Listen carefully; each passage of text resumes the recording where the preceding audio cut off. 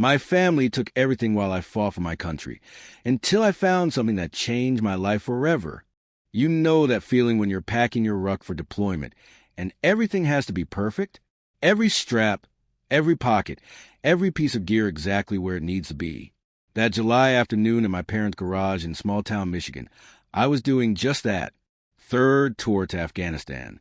The air was thick with motor oil and Mom's apple pie mixing together in a way that only makes sense in the Midwest.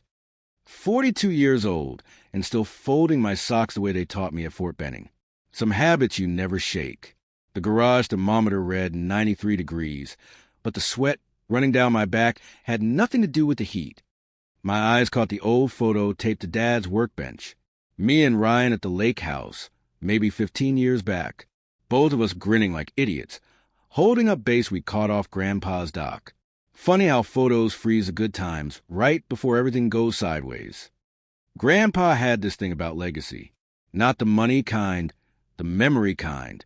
He'd sit on that dock every evening, bourbon in hand, watching the sun paint the water gold. He used to tell us stories about Prohibition runners using our lake to smuggle Canadian whiskey. He'd always end with the same line about how water remembers everything but keeps its secrets. Real philosophical for a guy who fixed transmissions for 40 years. When he passed 5 years ago, the will reading was exactly what you'd expect from him. Dramatic. The lawyer actually had to read it in Grandpa's own words. Ryan got the Rolex, the one with the inscription about time being precious. Made sense. Ryan was always a punctual one. The planner, the guy with his real estate license at 23. Me, I got something different. The right of first refusal, on the lake house. Grandpa's exact words were that I was the only one who could hear what the lake wasn't saying, whatever that meant. The house stayed in the family trust, sure, but that ROFR was my ace in the hole. If anyone ever wanted to sell or transfer it, I had first dibs. Market value, of course, but still, first dibs. It was better than cash. It was a promise. The screen door creaked, and there was Ryan, 45 years old, golf shirt tucked into khakis even on a Saturday. That H Realty logo on his chest like a badge of honor. He had that look, you know the one. When someone's about to ask you for something, but they're pretending it's for your own good. He started talking about expansion opportunities, about how the housing market was exploding, about leveraging assets. Business school words tumbling out like he'd rehearsed them in his BMW on the way over. The banks were interested in backing his company's growth, he said, but they needed collateral. Clean collateral. Then came the kicker. The family trust was messy on paper. Too many stipulations, too many conditions. And my ROFR? According to Ryan, it was a deal killer. He shook his head like he was delivering news about a terminal diagnosis. The bank's underwriters wouldn't even look at it, he explained. They see right of first refusal attached to a family trust, and they just shut the file. Non-starter. A risk they won't underwrite, period. He pulled out his phone, showed me an email from some loan officer. The rejection was right there in corporate speak. Unable to proceed with encumbered assets. Mom appeared right on cue, apple pie and oven mitts, eyes doing that thing moms do when they're trying not to cry, but also try to convince you of something. The timing was perfect. Too perfect. She set the pie down between us like a peace offering and started talking about family, about opportunity, about how Ryan's success would lift all of us. I caught it for just a second. A quick glance between her and Ryan. Not a look of love, but of confirmation, like a signal passed between two spotters before the shot. Mom's hands trembled slightly as she cut the pie, but her voice stayed steady, rehearsed. The document appeared from Ryan's briefcase. A waiver. Simple, clean, barely 2 pages. All it needed was my signature saying I wouldn't exercise my right of first refusal for the purposes of this business loan. Nothing would change, they assured me. The house would stay in the family. This was just paperwork to make the bankers happy. Ryan even pointed to a clause, something about the waiver being limited to commercial lending purposes only. Made it sound bulletproof. I looked at that paper, looked at my brother's eager face, looked at Mom wringing her hands. Outside, a boat engine echoed across the water, probably some weekend warriors heading out for evening base. In 6 hours, I'd be on a plane to Fort Campbell, then another plane to Bagram. My unit was counting on me. These people in front of me were counting on me too. They knew exactly which buttons to push. 20 years of military training had programmed me to eliminate obstacles before they became threats. That paper? They'd framed it as an obstacle to the family's future. My signature would neutralize it. They knew I couldn't leave for deployment with Mom upset. Knew I'd been conditioned to trust my team. Except I'd forgotten that not every team has your six. I signed it, right there on Dad's workbench, next to a photo of Ryan and me with our fish. The pen felt heavier than my M4. 3 seconds to write my name, but I swear the temperature in that garage dropped 10 degrees. Something shifted, like when atmospheric pressure changes before an airstrike. Ryan folded the paper carefully, slipped it back in his briefcase with the precision of someone disarming a bomb, or arming one. Mom hugged me, leaving flower handprints on my back. They both talked about how proud they were, how this was a smart move, how everything would be waiting for me when I got back. The same, unchanged, protected. 6 hours later, at 30,000 feet somewhere over the Atlantic, I kept thinking about Grandpa's words, about water keeping secrets, about hearing what wasn't being said. The thing is, in combat, you learn to trust your gut when something feels wrong. That crawling sensation up your spine right before things go bad. I had it now, but I was already strapped into a C-17, heading to a place where different dangers waited. The waiver was supposed to be limited, specific, surgical. Just like every operation that goes sideways starts with someone saying it'll be quick and clean. I should have read every word. Should have brought my own lawyer. Should have remembered that in my family, just like in war, the most dangerous enemy is the one who knows your weaknesses. But sitting in that cargo plane, all I could think about was that look between Ryan and Mom. That millisecond of coordination. In Afghanistan, we called it synchronization, when every element of an ambush clicks into place. I just walked into one in my parents' garage, surrounded by the smell of apple pie and motor oil. That signature would cost me everything. But flying through the dark over the Atlantic, I didn't know that yet. All I knew was that feeling, the same one you get right before an IED detonates. Except this time, I'd already stepped on the pressure plate. I'd armed it myself with a pen instead of a blasting cap. The last thing I remember thinking before we hit turbulence was about trust. How it's like those perfect base spots Grandpa showed us. Once you give them away, you never really get them back. Water might keep its secrets, but paper remembers everything. And somewhere in Ryan's briefcase, my signature was already rewriting our family's future. The house would still be there when I got back, but my place in it, that was already gone. 9 months in Afghanistan felt like 9 years. When you're dodging mortars in Kandahar, you dream about home, that first beer, that first real shower, that first morning waking up without checking for tripwires. But mostly, you dream about that one place where everything makes sense again. For me, it was always a lake. The rental car speakers were cranking Tom Petty's Free Fallon as I took the exit toward home. Not my parents' house. That could wait. I needed the lake first. It's this thing we did in my unit. Find your anchor point, your true north, before dealing with the noise. Some guys went straight to their kids, others to their bikes. Me? I needed to see that water, feel that dock under my feet, remember who I was before the desert sand got into everything.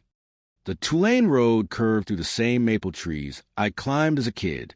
Spring in Michigan hits different when you've been staring at nothing but brown mountains and dust storms.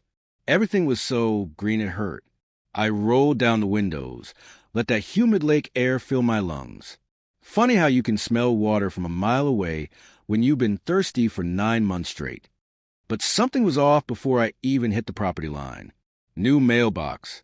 Not just new, expensive.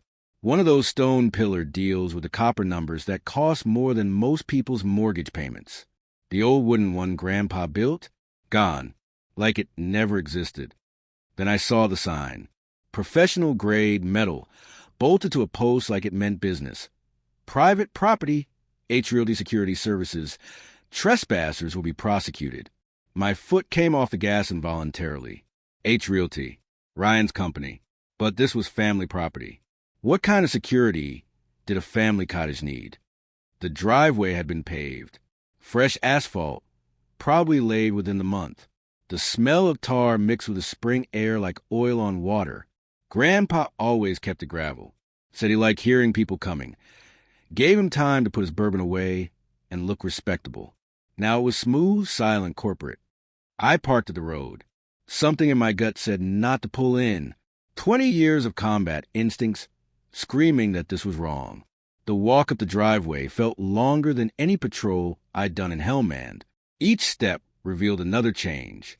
Security cameras on the trees. A chain across the old path to the dock. New locks on the boathouse.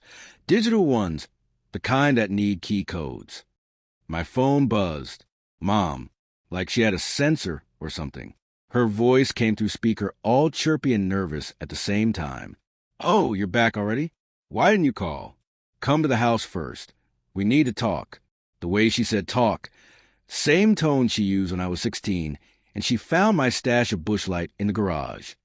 The drive to my parents' place took 12 minutes. Felt like 12 hours.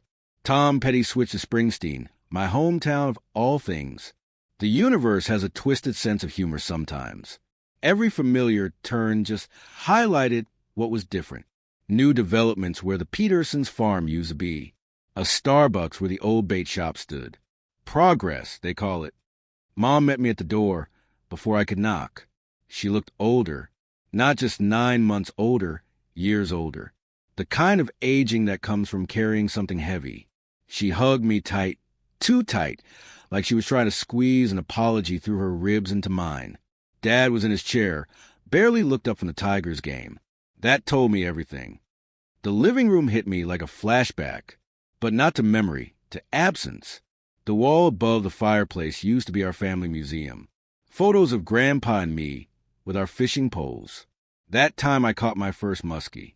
Him teaching me to tie flies in the basement. For generations of Harris men at the lake. All gone. In their place hung a single massive frame. Ryan in a suit, holding some crystal award. Realtor of the Year, Michigan Lakes region. His smile was the kind they teach you in sales seminars. The kind that never reaches your eyes. Mom started talking before I could ask. Her words tumbled out like she'd been rehearsing for months. It's for the family, Michael. The business needed this. Ryan's doing so well now. We're all benefiting. The house is still ours, just structured differently. Tax advantages, estate planning, corporate optimization, words that meant nothing and everything. Ryan walked in from the kitchen like he'd been waiting for his cue. Golf shirt, khakis, boat shoes without socks. The full lakefront casual uniform. He had this look, satisfaction mixed with something else. Pity, maybe? Like I was a problem that had solved itself by being deployed.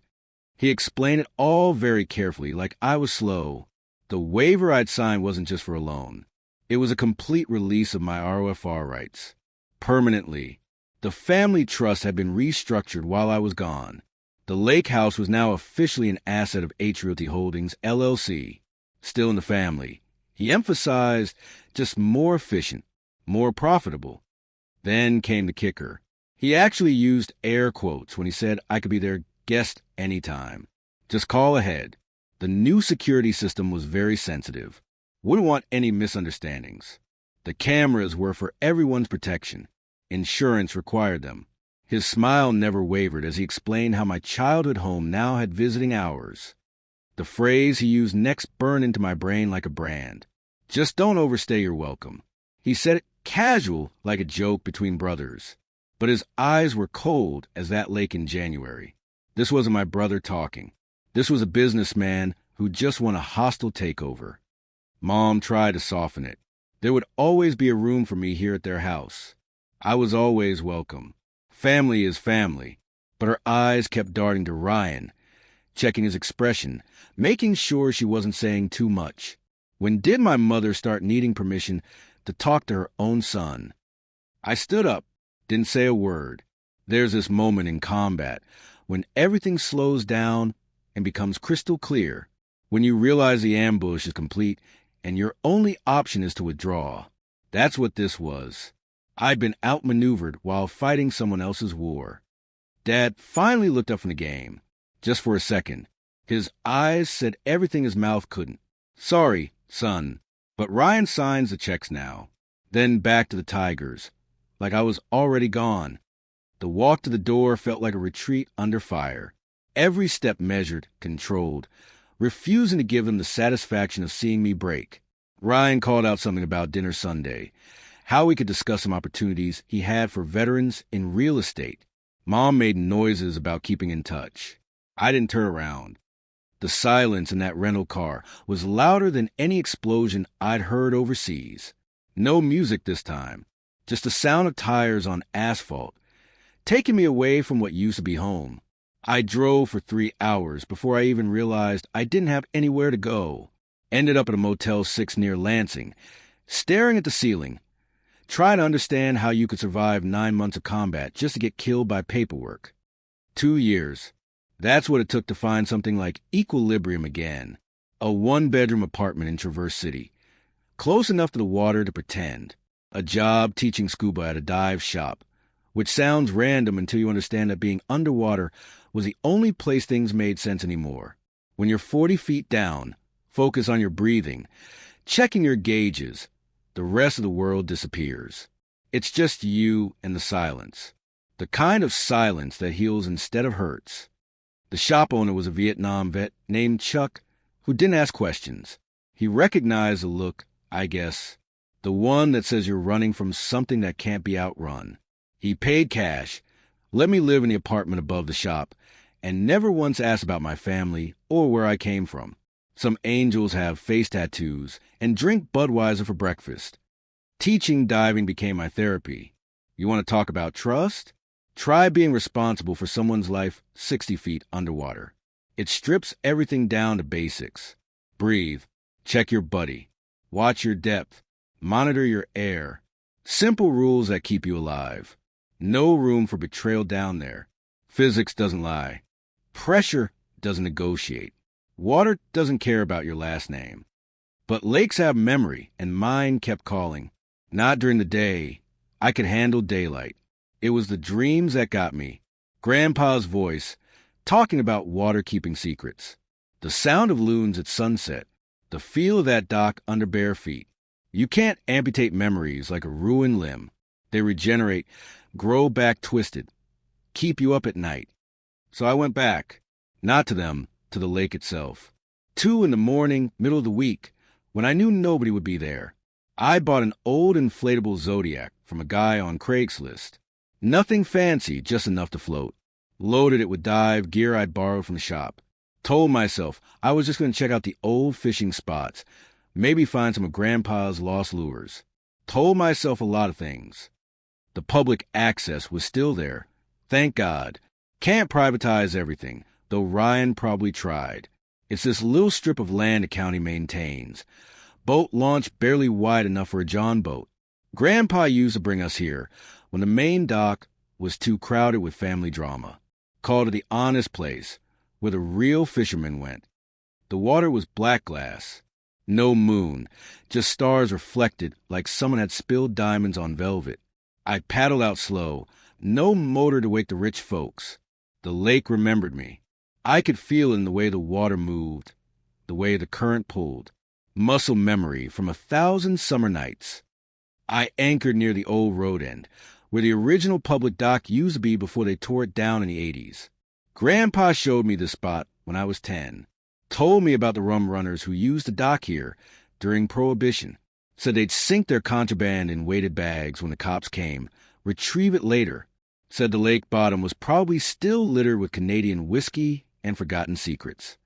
The dive was supposed to be simple. Check the bottom. Maybe find some antique bottles. Killed his restlessness that wouldn't let me sleep. But 20 feet down, my light hit something that shouldn't have been there. Metal, not natural to the lake.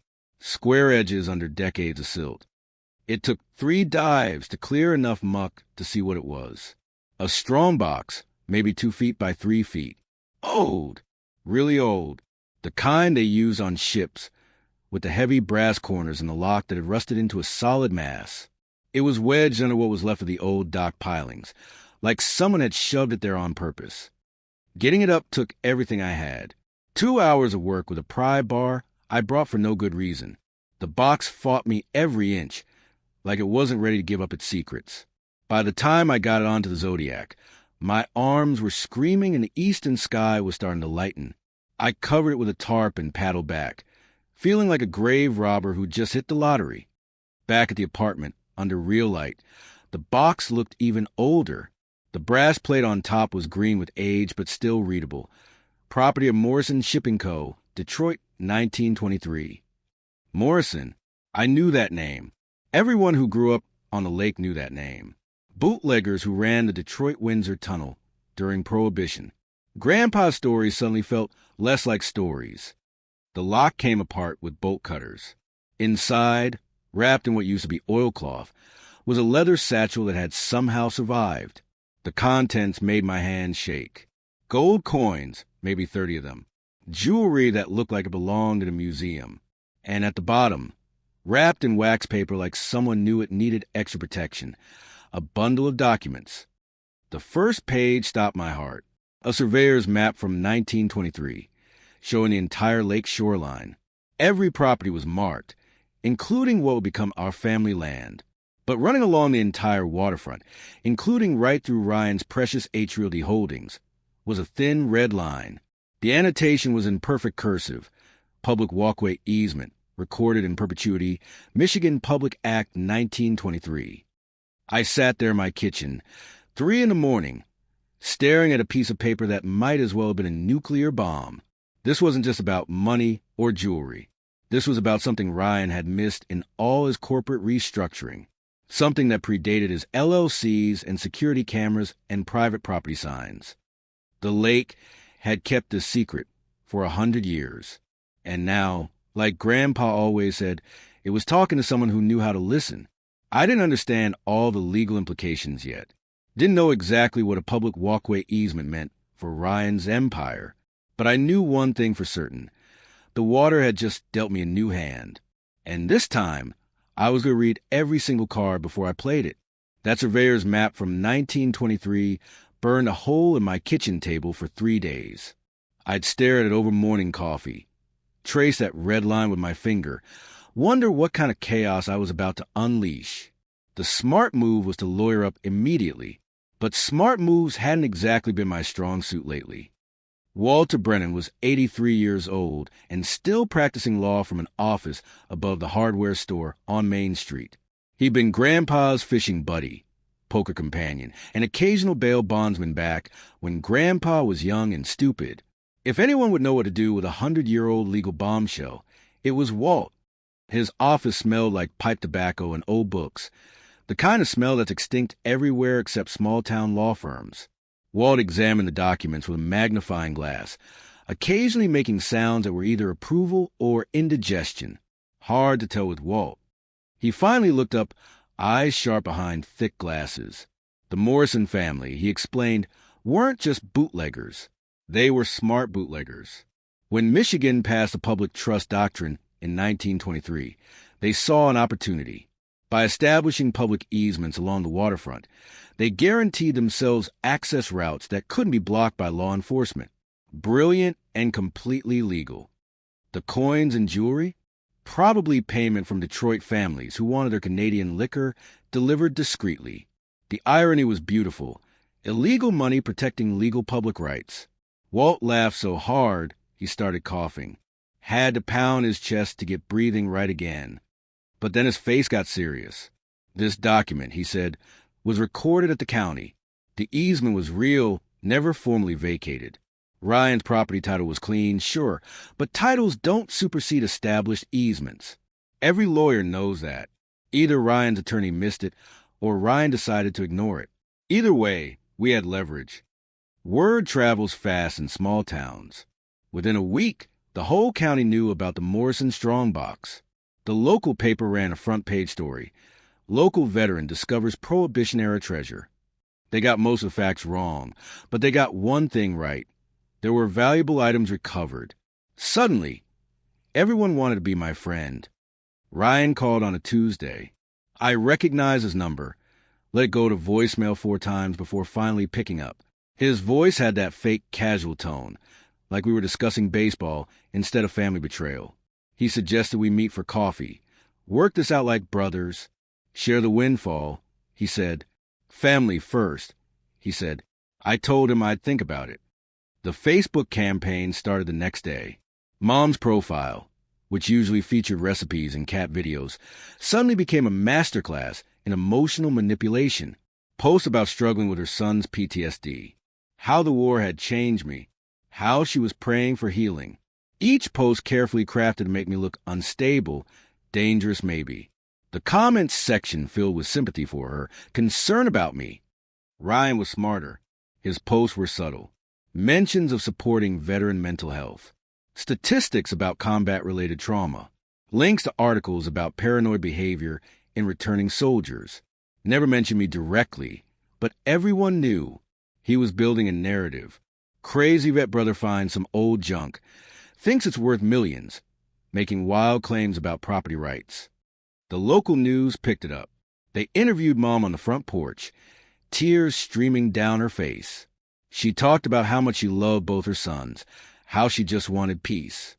The camera caught the American flag in the background, the gold star in the window. Perfect staging. Ryan probably hired a PR consultant.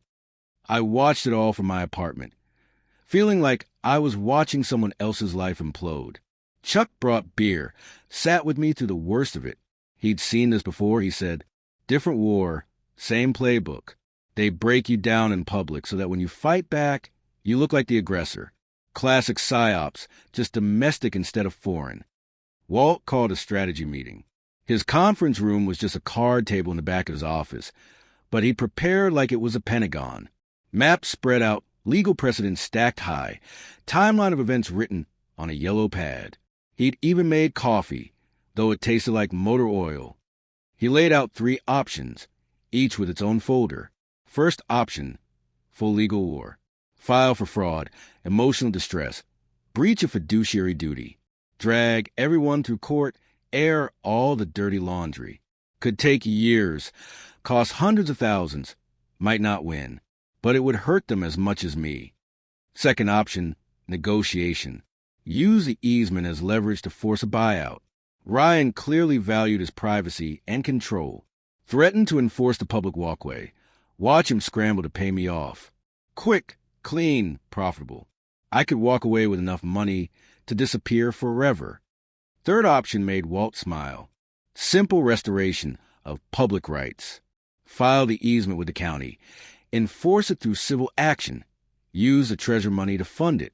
No personal gain except satisfaction. Give the lake back to the people. Make Ryan's private paradise public again. Walt pushed the 3 folders across the table. Each one had pros and cons listed, legal strategies outlined, probable outcomes assessed. He'd even calculated potential financial results. The man might be old, but his mind was sharp as a fillet knife. He told me to take my time, think it through. This decision would define the rest of my life. I spent a week with those folders. Read them until I had them memorized. The first option was tempting. Scorched earth had its appeal. The second was practical. Money solved a lot of problems. But the third kept calling to me. It was the one Grandpa would have chosen. The auction house in Detroit authenticated the coins and jewelry. Conservative estimate, $2.3 million. After taxes and fees, still enough to change everything. The news coverage went national for about 15 minutes. Michigan man finds Prohibition fortune made great clickbait. Ryan tried one more time. Showed up at my apartment with a bottle of Macallan and a contract. His offer was generous. $1 million cash for my silence and cooperation. Sign away any claim to the easement. Take the money. Everybody wins. He actually used the phrase win-win situation with a straight face. I looked at him across my kitchen table. Same table where I'd first studied that surveyor's map. He looked older, stressed. Running H Realty while fighting a PR war was taking its toll. Good. I told him I needed more time. He left the contract and the whiskey. I kept the whiskey. The decision came to me during a night dive, 60 feet down in Lake Michigan, watching my bubbles rise toward the surface. Everything became clear.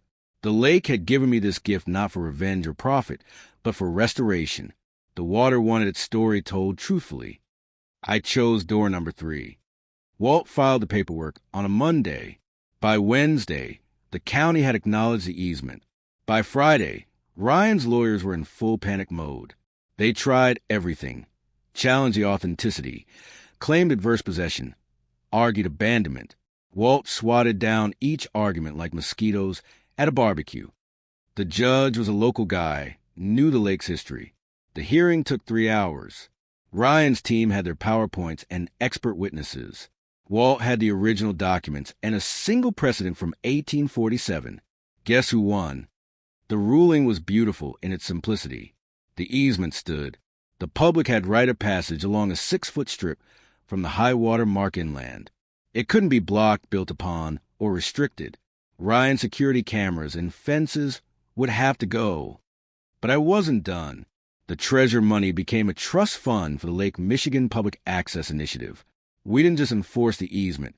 We improved it, hired local contractors to build a beautiful walkway, not just functional, artistic. Brick pavers, indigenous plants, interpretive signs about the lake's history. The centerpiece was a memorial, small, tasteful, powerful, dedicated to all who served and came home to find their battles weren't over. No names, no specifics. Every vet who saw it would understand. Ryan would have to look at it every day from his kitchen window. The walkway opened July 4th weekend. The irony wasn't lost on anyone. Independence Day at Ryan's private kingdom. The whole town showed up. Families with kids, elderly couples, teenagers with fishing poles. All walking past Ryan's cocktail party like it was the most natural thing in the world. I bought a house on the opposite shore with what was left of the money. Nothing fancy, just a cabin with a good view. From my deck, I could see the old family place across the water, could watch the public enjoying their reclaimed shoreline, could see Ryan's guests awkwardly navigating around the foot traffic. The best part was the boat launch we added. Small, just big enough for kayaks and canoes, but perfectly positioned. Every summer evening, paddlers would launch right past Ryan's dock. Families teaching kids to fish where he used to park his yacht. The lake was alive again with the sound of everyone, not just a wealthy few. Mom stopped calling after the memorial dedication. I'd embarrass a family, she said through Dad. Turn my back on blood for principles. Maybe she was right. But Grandpa taught me that blood and water are both important, and when blood goes bad, water remains pure. Some evenings, I see Ryan on his deck, drink in hand, watching the sunset. The same sunset Grandpa watched, but different now. There are strangers in his view, democracy in his dominion. When our eyes meet across the water, I don't see my brother anymore. I see a man who gained everything he thought he wanted and lost everything that mattered. The last time Walt and I went fishing, he told me something I'll never forget. He said revenge is like trying to poison someone by drinking the poison yourself. But justice? Justice is like water. It finds its own level, no matter how long it takes. That was 2 summers ago. The walkway is part of the landscape now, like it was always there. Tour boats point out as a historical landmark. Kids learn about the bootleggers and the public trust in school. Ryan still owns his property, but he doesn't own the lake anymore. Nobody does. Everybody does. I still teach scuba during the week. Still have nightmares sometimes. But on weekends, I volunteer as a guide for the Historical Society, taking groups along the walkway, telling them about the Morrison family and their accidental gift to democracy. I tell them about water rights and public access, and how sometimes the best treasures aren't gold or jewels, but pieces of paper that remind us what belongs to everyone. When they ask about the memorial, I tell them it's for all the veterans who came home to different battles. When they ask who funded all this, I say it was someone who understood that some things shouldn't be owned. When they ask if I knew the person, I just point to the lake and say we all know them in a way. My new house isn't the one Grandpa left me, but it's the one I earned.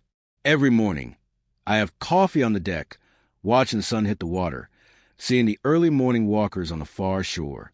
Sometimes I wave. Sometimes they wave back. It's a different kind of family, one built on shared space instead of shared blood. Grandpa was wrong about one thing. He said I was the only one who could hear what the lake wasn't saying. But that's not true. The lake speaks to everyone. I just happened to be the one who went diving at the right time, found the right box, made the right choice. Or maybe the lake chose me to tell its story. Either way, the story's been told now. The water keeps no secrets anymore. Every wave that laps against a public walkway whispers a truth. This belongs to all of us. Ryan might own the deed to that property, but he'll never own the lake again. And me? I own something better. I own the knowledge that I chose community over cash, justice over revenge, future over past. Home isn't about the house you inherit. It's about the shore you build with your own hands, the peace you make with your own choices, the view you earn by doing what's right even when what's easy is calling your name. They took my birthright and gave me something better, the chance to build a legacy that actually matters. Some shores aren't meant to be private. Some waters aren't meant to be still. And some stories, once they're pulled from the deep, aren't meant to be kept secret. They're meant to be shared, like the lake itself, with everyone who needs to hear them. That's what Grandpa would have wanted. That's what the water was trying to tell me all along.